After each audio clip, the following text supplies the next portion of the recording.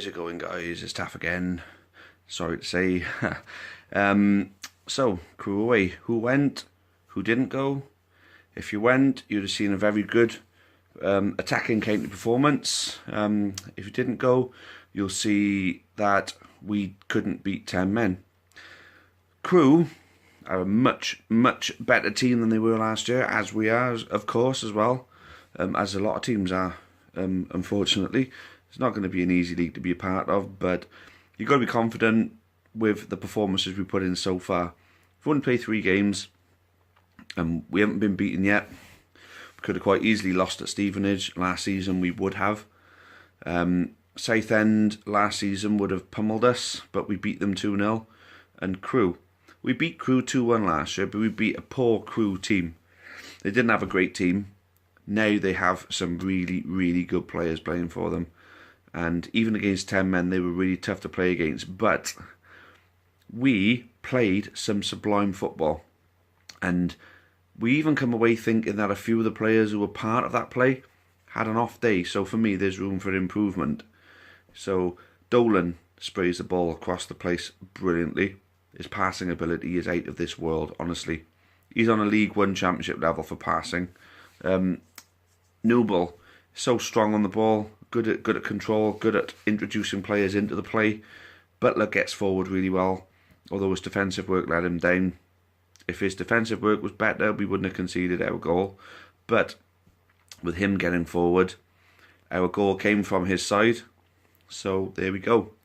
It just goes to show the difference it can make, having players who are good at going forward, but then also players who are good at stopping the ball coming in from the wings. Their player Cooper, their number 11, was amazing, absolutely unbelievable. Apparently another product of the Crewe Academy, who've produced so many good players over the years. I mean, you look at their goalkeeper. Their goalkeeper's going to be a championship goalkeeper. Being classed along the same lines as Bentley and Ingram, who made those jumps. This guy, Garrett, he's going to be a championship goalkeeper. He kept them in that game. He made so many good saves, as did the goalkeeper we played against last week at Stevenage. But this Garrett, he saved some absolutely amazing chances. We could have won that game. On another day, we would have won that game. On another day, we would have won the game against Stevenage. I just feel that when that win comes, many, many more are going to follow. I don't think we're going to see us lose an awful lot this year, which is really pleasing to be able to say, considering the way things went last year when you're going away. To be honest, you knew there was a good chance you were going to watch us lose, but you went anyway because you wanted to be there for the team. You wanted to show that I'm going to do my bit. You've got to go out there and do your bit now. Last season, they didn't do their bit until the last 12, whereas this season we've started pretty much as we finished off, going into every game feeling like we could go and win this. So got to be fair, you got to be so happy with what Flynn has done. I mean, whoever come out with the fact that his budget is 400 grand less than Feeney's needs to have their head checked. I mean, he's put together a really good squad, and I spoke to the person, Nigel, who does all the finances as well, and he said, if anything, Flinney's budget is more than what Feeney's was. So I don't know where the people get their rumours from, but at the end of the day, he's utilised the budget, he's done it really well. The players who kept us up have been rewarded for it. The players who didn't want to stay have been replaced, and we've added, and we've done some really shrewd signings in the loan market. Obviously, Mikulski scored 3 and 3. He didn't have the best of games against Crewe, but every player has a bad day at the office. I'm fully expecting him to come back firing against Coventry. Ben White, what a find. What an absolute gem. And we've got him for the season as well. That's absolutely brilliant, that is. Ben White was, for me, one of the best players on the pitch. I felt he had a good game. Dimitri had a good game, and O'Brien all had a good game, because even with 10 men, Crewe pose a very, very good attacking threat. But he was out of this world. He was getting forward, linking up with Robbie Wilmot, who looks... I got to say, Robbie Wilmot could be the signing of our summer, because no one's expecting him to do anything because he dropped down 2 leagues. But what you got to realise, he was a good player before that, being played very much out of position. He is a right winger forward. He was being played as left wing back and still putting in good performances every week. He, from the right, puts an absolute killer ball into that centre. He is going to be a big part of us and how we do this season. Honestly, absolutely brilliant. Robbie Wilmot was. Labardi, for me, was the man of the match. Or I put down for man of the match on the club's poll, because he bossed that midfield. Between him and Dolan, that midfield was covered. Sean Rigg helped create some play. Obviously not quite as effective as the other two, but as a midfield three, them three, we got one of the strongest midfields, central midfields in League Two with them three.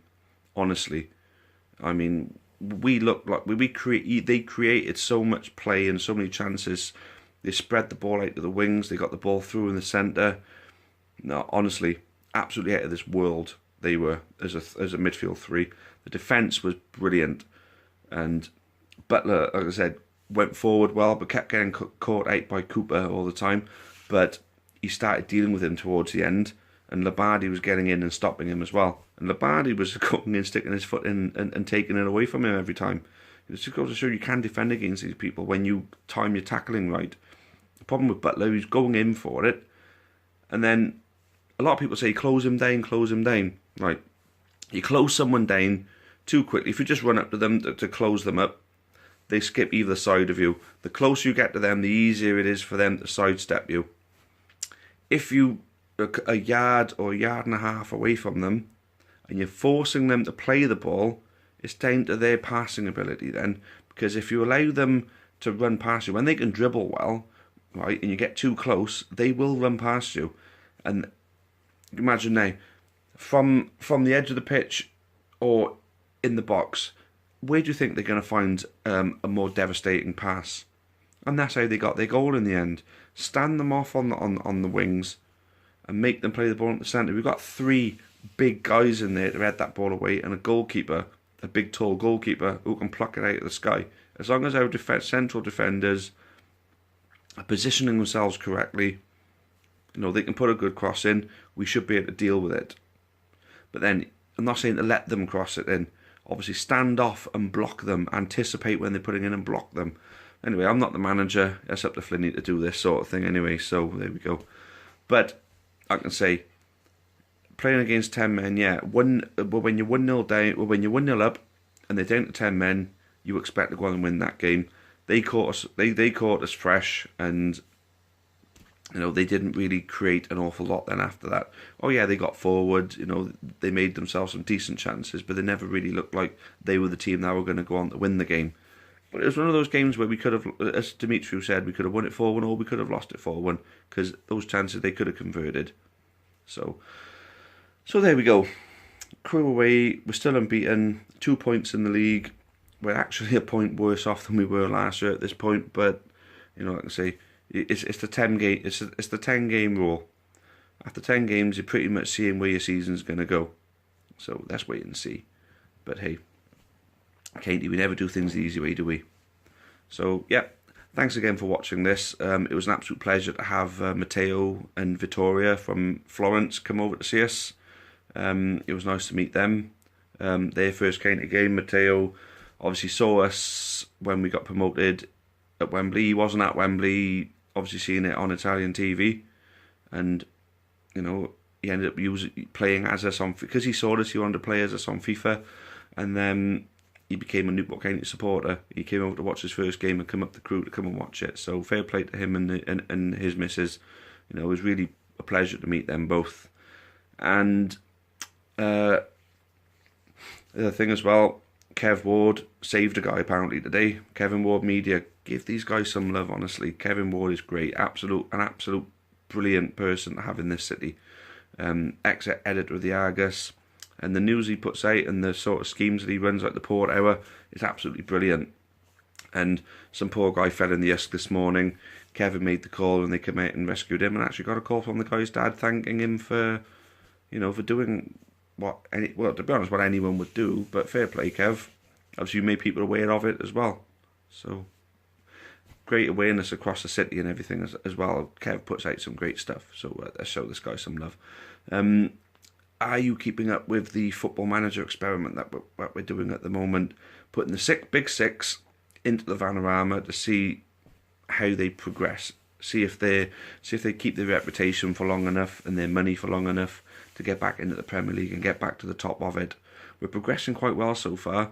We're on episode 4. Episode 5 will be coming Tuesday morning. And what I'm doing is scheduling the uploads for every 2 days, just to give you guys some space to catch up on them. So definitely worth giving them a look. And also eBay, our stuff is still for sale on eBay. Sticker packs are selling quick. We want to get in before they all go. We're running out of Amber Army badges and scarves. Get in before all them go as well. And if you're not already on Patreon, if you can spare a couple of quid a month to back us, you get free stuff from us anyway for being a patron. So the links are all in past blogs anyway. You can find us quite easily by searching for it anyhow. So I appreciate the support that we're currently getting though, guys. You know, we really are getting a lot of support. And just this evening I was part of a Q&A with a student up north who's actually researching the engagement and the impact a YouTube channel can have on football. And fair play, was a really good Q&A. He asked some really in-depth questions, and afterwards he said that this channel, that we're doing things better than what a lot of Premier League teams, you know, people who are following Premier League teams, he said that we're doing a lot better than what a lot of them are doing. So that was really good to hear from a neutral perspective as well. And obviously you guys as well, the support that we get from you is great, so we really appreciate it. Stick with us, and we'll be bringing you plenty more footage across all the county games across the season. And any new ideas that you guys can give us for anything else that we can do, really be appreciated. So thanks again, and time to go. So as always, cheerio and up the county.